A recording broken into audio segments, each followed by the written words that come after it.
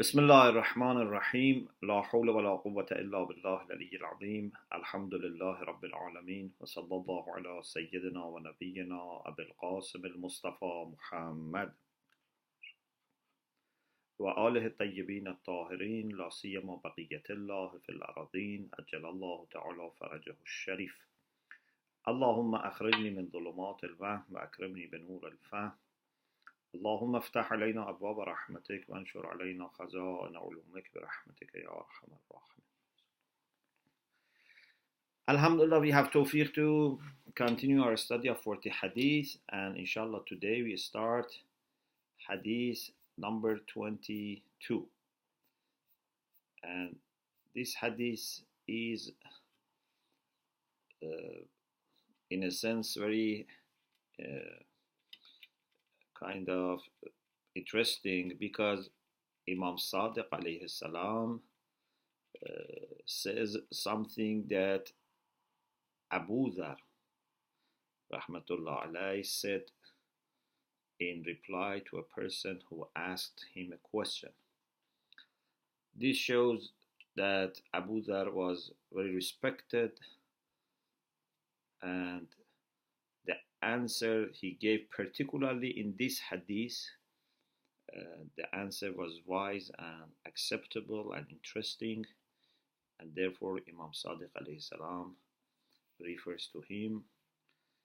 And this is also a great sign of Ahlul Bayt appreciating companions of the Prophet like Abu Dhar. And although they are not at the same level of Ahlul Bayt alayhimus salam, but when there is something nice, something beautiful, they mention, they acknowledge, they praise, they thank.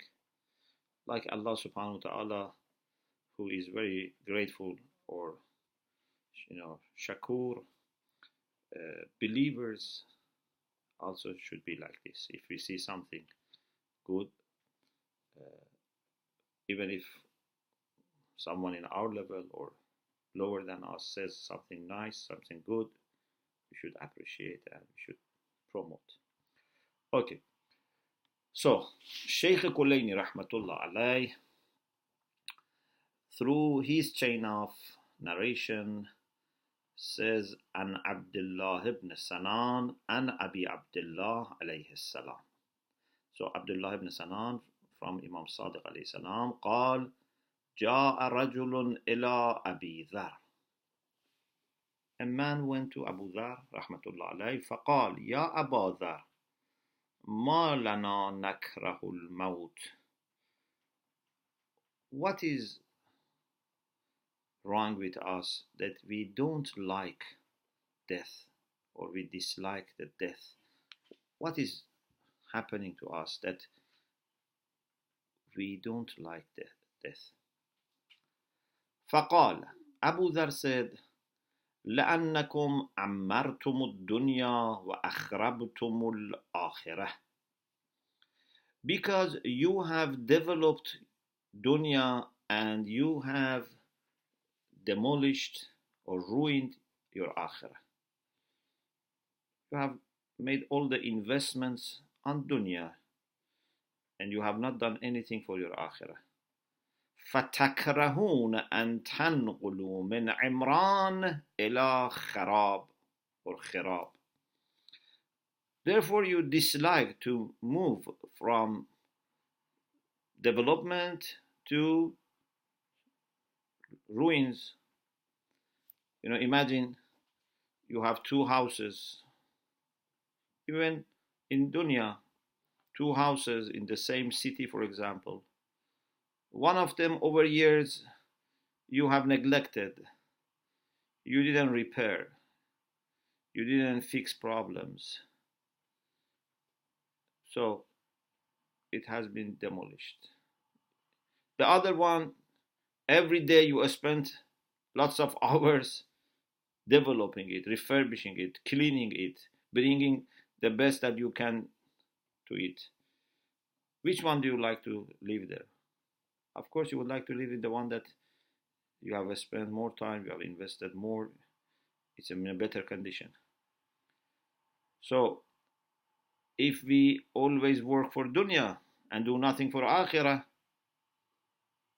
then we don't like to go there because we have nothing sent for there and have not done anything to develop it. Then the same person asked Abu Dhar, فَكَيْفَ تَرَى قُدُومَنَا عَلَى اللَّهِ? How do you see our arrival on Allah subhanahu wa ta'ala? Are you going to have a good arrival or bad arrival? Are we going to enjoy or not? So the first question was about disliking the death. The second question is, what will happen to us when we arrive there? Abu Zar said, أَمَّا الْمُحْسِنُ مِنْكُمْ. Those of you who are muhsin, they do good doers, benefactors.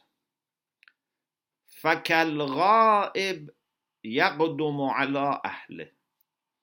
Their condition would be like a person that has been away, has been absent, maybe even had the lost family, or anyway, he was away. Now, after missing them very much, يَقْدُمُ عَلَى أَهْلِهِ, comes to his family, arrives in his own home. How do you feel? Whenever you are tired, whenever you are, I don't know, in need of some comfort, physical, spiritual, mental, you go your home. In Islamic way of life, Islamic lifestyle, our home is a sacred place because that is where we do ibadah. We have our family relation, we have marriage, we have children, we have opportunities for love. Our homes are sacred, and therefore this is why we don't go with shoes to our home, because it's a sacred place. It's like a temple. As Allah said to Musa alayhi salam, فَاخْلَعْ نَعْلَيْكَ إِنَّكَ بِالْوَادِ الْمُقَدَّسِ طُوًى. Our understanding of home is that home is sacred. If na'uzu billah, someone commits some sins, it's better they don't do it in their home. Some people think actually if we want to do something, we should do it at home because it's private. But this is very bad. Don't do anything bad in home. Never, ever, but at least in home, because that is a sacred place and that would have impact on your family and children. Even if you want to watch a bad movie at home, this is wrong, because that's a sacred place. Then the best pleasure should be with family. The best time should be with family. Of course, because we believe in Wilayah, our family is larger, but never compromising about the closest part of Wilayah, which are your family. So home is very important. Now imagine if someone has been away from such a home, how eager would be this person to go back home? A clean, a pure, a warm, a united home. And you have been away. How much you are eager to go back to your home? A lot. So a moment when goes to meet Allah subhanahu wa ta'ala would have the same condition. Of course, even much more. But this is the way we can describe it with things which are known to us. أَمَّا الْمُسِيءُ مِنْكُمْ فَكَالْآبِقِ يَرْدُ عَلَى مَوْلَاهُ. But those who are doing bad in dunya, bad doers, their condition would be like a slave that has run away from his master. Imagine you have had a very good, kind, caring master that knows that if he leaves you on the street, you cannot survive. Without him, you die. He has been caring, supporting, loving, has brought you to his own home, shared with you his food, everything, and you run away from such master. Now, it's freezing cold, winter, dark, you have no place, and you feel that you must go back to your master. Or some people find you and want to take you to master. How do you feel? You feel very embarrassed. You feel very bad. Why I ran away? I wish I would have stayed there. So, depending on what we have done in dunya, we would have different experiences when we meet Allah subhanahu wa ta'ala. This is why the Quran also says, وَجُوهٌ يَوْمَئِذٍ نَاظِرَةٌ إِلَىٰ رَبِّهَا نَاظِرَةٌ. There are faces which are very happy and joyful. They look at their Lord. And there are wujuhun which are,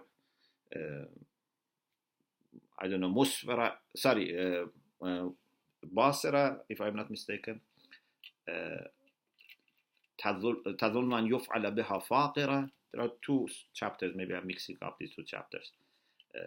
So in any case, one is Zahika, Mustabshira, Nadhira. One is very dark, like dusted, and don't want to look up to look at the Mawla. So people are very much different. Then the person asked, فَكَيْفَ تَرَى حَالَنَا عِنْدَ اللَّهِ. How do you see our condition when we are with Allah subhanahu wa ta'ala? This was about our arrival. Now imagine we have arrived in the house of the master, and now the master comes to see us. He said, اعرضوا أعمالكم على الكتاب. Present your actions to the book, means to the book of Allah. See which ayah would apply to you. We have two ayah. إن الأبرار لفي نعيم. إن الله يقول, Allah subhanahu wa ta'ala says, إن الأبرار لفي نعيم. Those who are pious,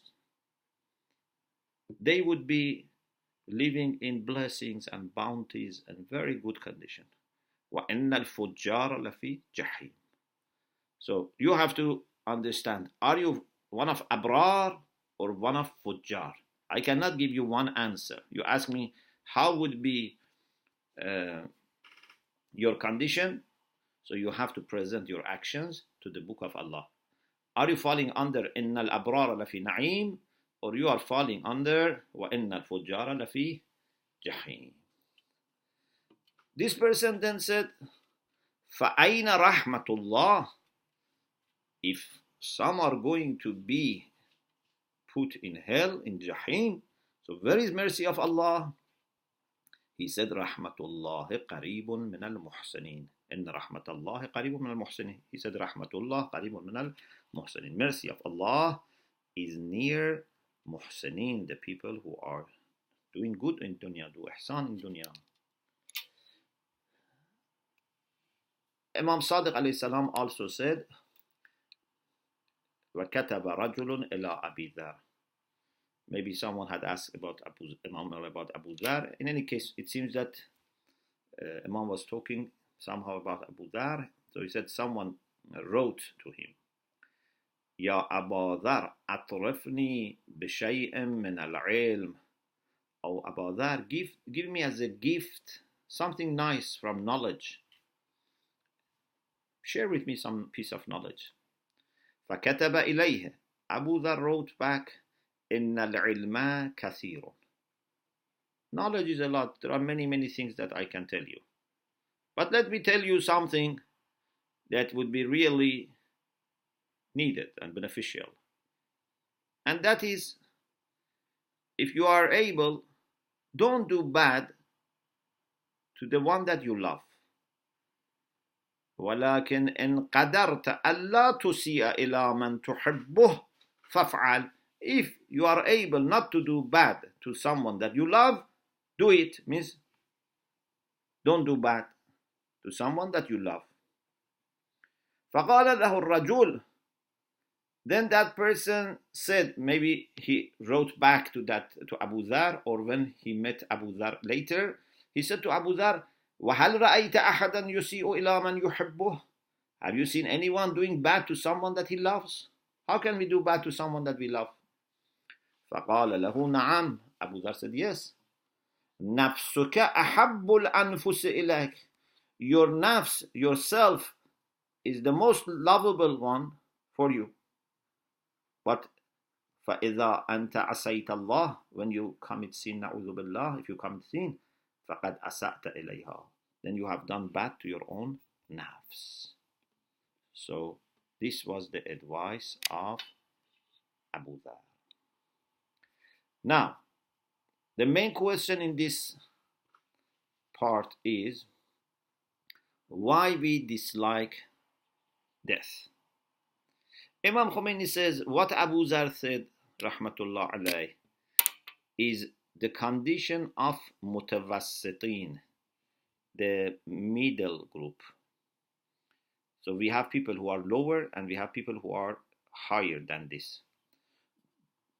Those who are lower than this, who are naqis, who are incomplete, are the people that they believe theoretically in akhirah, but their heart is not convinced. Their heart is not at peace about akhirah.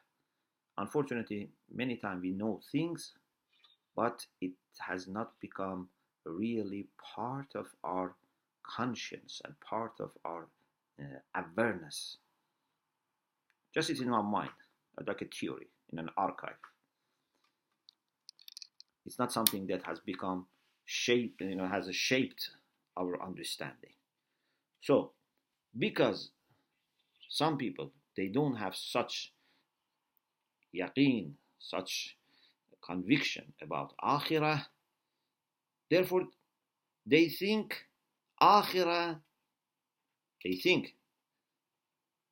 like fana, like destruction, and dunya is life. Every human being by fitrah loves baqa, loves eternity, and dislikes fana, doesn't like to perish. If mistakenly you think the only life is dunya,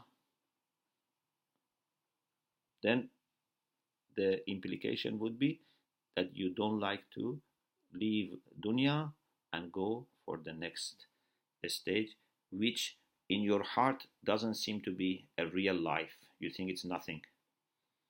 So this is about people who are in a lower or the lowest level.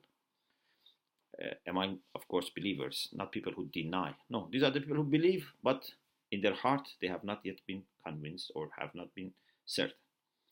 Then we have people who are higher. There is a mistyping in the Farsi, and I hope it is not translated in the same way. The middle people are the people that have iman about akhirah. It is written they don't have iman. No, they have iman about akhirah.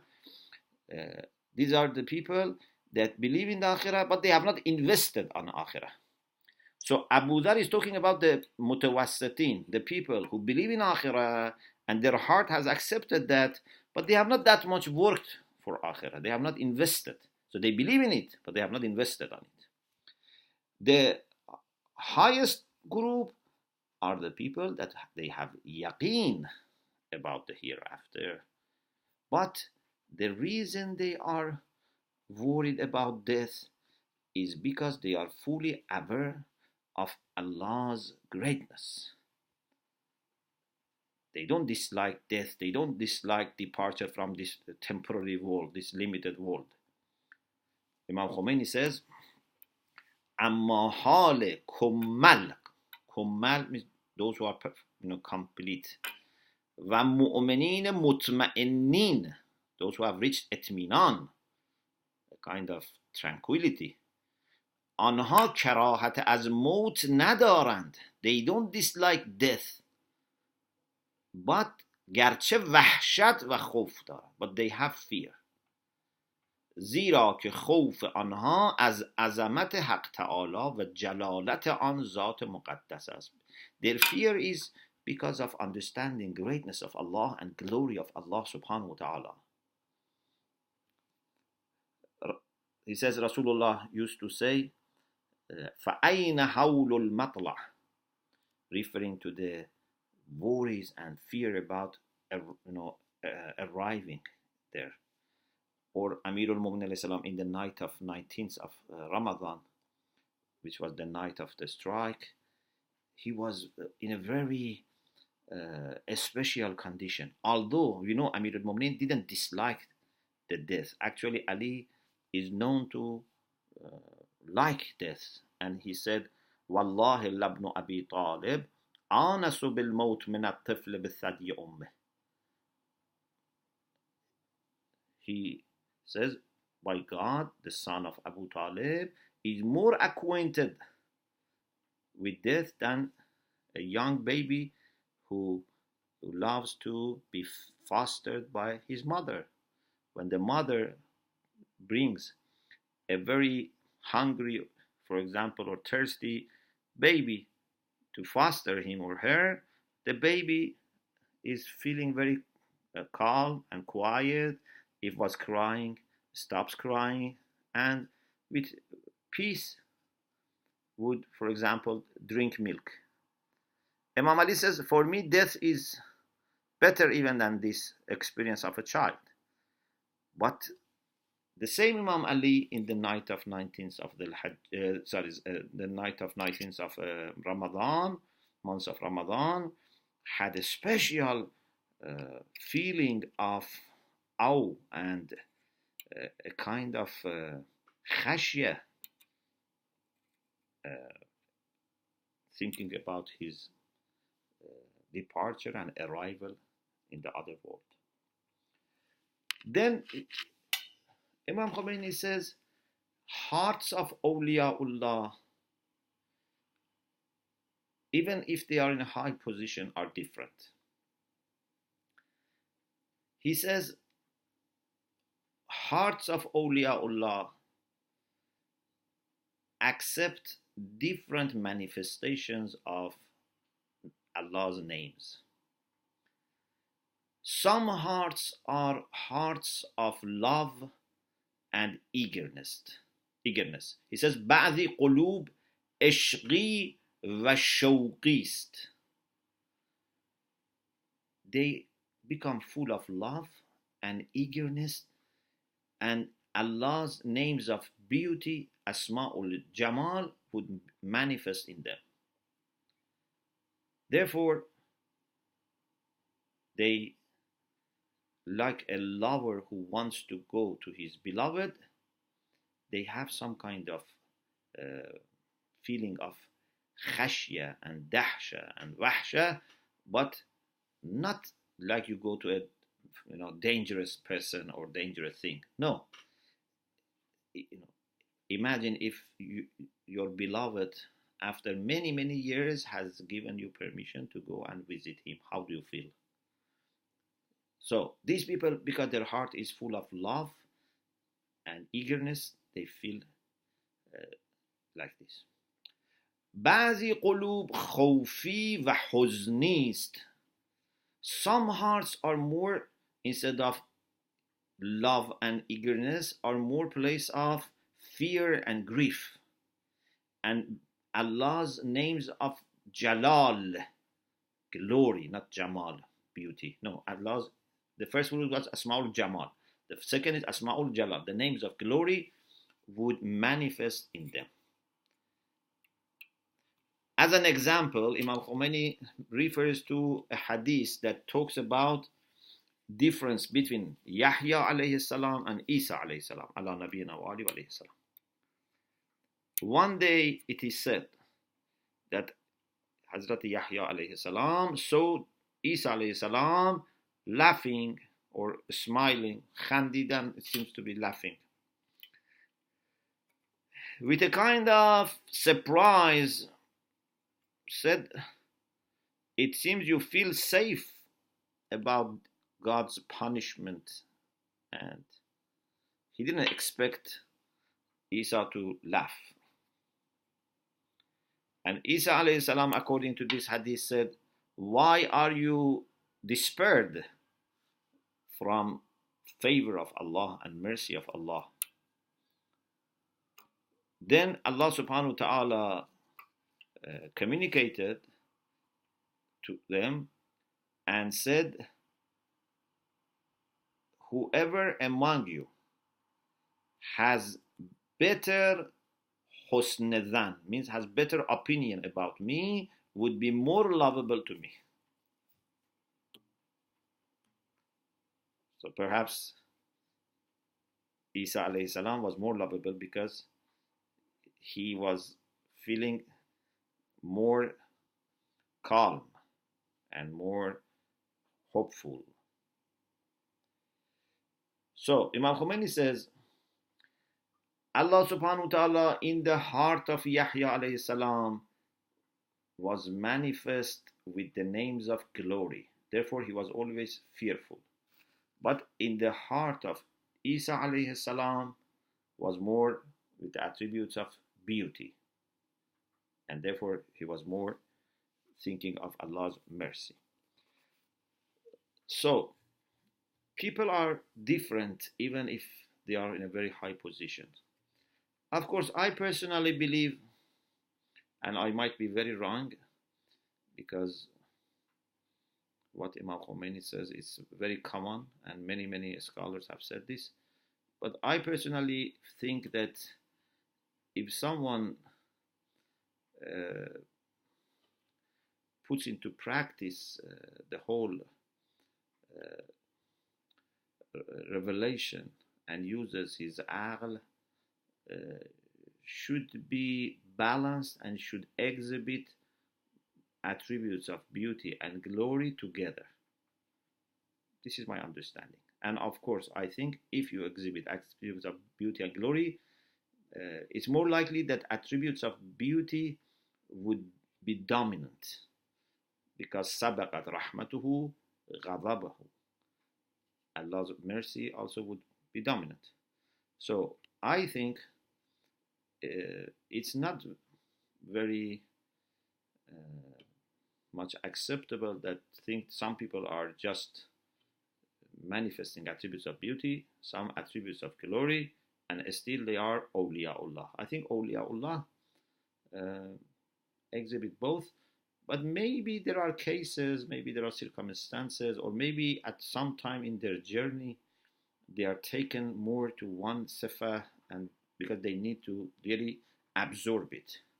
You know, like for example, maybe for example at certain point your teacher tells you, for example, that you have to do this exercise more, or you have to do this zikr more. But this is transient situation. Anyway, this is just my humble opinion. The next chapter is about reality of hell and heaven. You see, Abu Dhar rahmatullah alayhi says, you have done ta'amir, you have imran, developed your dunya, wa akhrabtumul akhirah, you have ruined or destroyed your akhirah. Here there is a discussion how heaven and hell are built. Are they created or they are not created? And if they are already created, then what is our role? The summary of what Imam Khomeini says here is that maybe hell and heaven are there, but like a piece of land, or like a house that has only walls. But then with your actions, you build heaven or hell.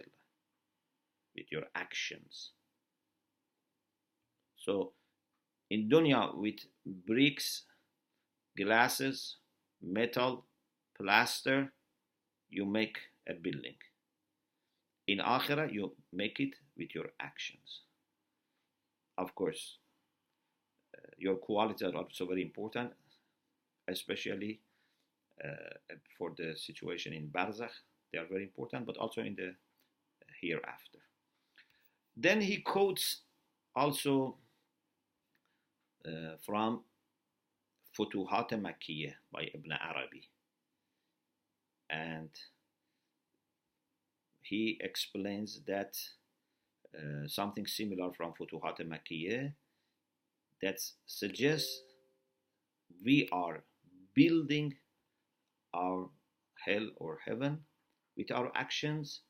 And Imam Khomeini says this is something that through philosophy we can prove it, through hadith, through mukashafat, mystical experiences. One example of hadith which is very famous is part of the hadith of Mi'raj, that when Rasulullah sallallahu alaihi wasallam saw that some angels, sometimes they work, sometimes they don't work, sometimes they are like planting a tree, sometimes not, then he was told that it depends on the people in dunya. For them, these angels are building. Whenever they make zikr, these angels start building. When they stop zikr, the angels also stop. So the shape, the form of hell and heaven is the same as our actions, good actions or bad actions. And then he says the Quran also supports this idea, because it says وَوَجَدُوا مَا عَمِلُوا حَاضِرًا. They found what they have done present. Or إِنَّمَا هِيَ أَعْمَالُكُمْ تُرَدُّ إِلَيْكُمْ. These are your actions which are going to be sent back to you. So this is this discussion about this hadith, and at the end he says this saying of Abu Dhar is a very good, comprehensive and strong advice, and we should observe what he said, in particular presenting our actions to Book of Allah and see whether we are falling under Abrar or under Fujjar. And he says you have to be careful about one of the tricks of Shaitan, which we want to mention here, and that is to tell you that Allah's mercy is going to sort out everything. Don't worry. Whatever you want to do, no problem. You can do it. And Allah is very kind and merciful. But Imam Khomeini says, if you have so much trust in Allah's mercy, why in dunya you don't trust Him this much? Although when it comes to rizq, this is what we have in some hadith. It's not here, but in hadith that Allah has guaranteed your rizq, but you are worried so much. When it comes to akhirah, He has not guaranteed. He said you have to work for it. So why, when it comes to dunya, you don't trust His mercy? You become so greedy, so jealous, so selfish. When it becomes to akhirah, you say, mercy of Allah is going to, so I trust Allah subhanahu wa ta'ala, tawakkaltu ala Allah. This is deception. You see, Prophet and Ahlul Bayt alayhimus salam, they never relied on mercy of Allah to the extent that then they stopped doing actions, they stopped worrying, they stopped asking for forgiveness, they stopped crying. Although they were ma'soom, but they worked much, much more than us. And they were concerned much more than us. So there is nothing other than deception, other than confusion that can make you relaxed. Say, okay, you don't need to worry, everything will be automatically sorted out. We pray to Allah subhanahu wa ta'ala to help us be always mindful of Him, to protect ourselves from the deception of shaitan and nafs ammareh, and to focus on our journey towards Allah subhanahu wa ta'ala. Alhamdulillahi Rabbil Alameen.